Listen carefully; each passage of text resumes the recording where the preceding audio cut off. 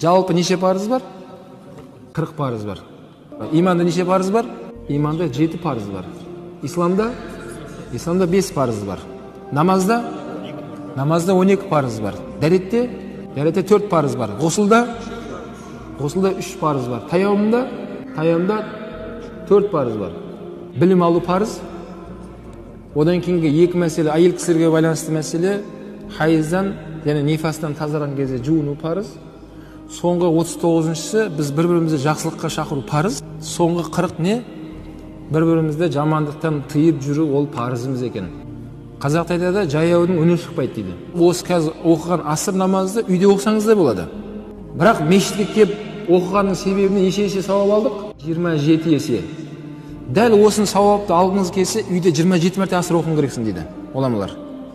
Яғни 27 мәрте асыр өзің оқып ал, одан кейін барып жамағаттың деңгейіне жетеді деп айтады.